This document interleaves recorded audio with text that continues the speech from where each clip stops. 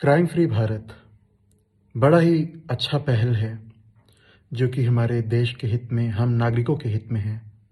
और मैं इसके लिए सबसे पहले हमारे director general of police Shri Maithili Sharan Gupta साहब को तहे दिल से शुक्रिया अदा करता हूँ कि इस मुहिम को उन्होंने आगे लाया हम लोगों के बीच में, जिससे कि हम देशवासी अपने हक को जान सकेंगे, जो कानूनी हक है, और उसका इस्तेमाल कर सकते हैं जहाँ कहीं भी अन्याय हो रहा होगा।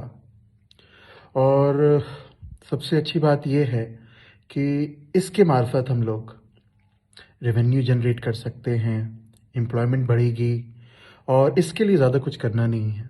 Crime free Bharat YouTube channel है, उसको आप सब्सक्राइब करें और ज़्यादा से ज़्यादा लोगों तक इसे पहुंचाएं।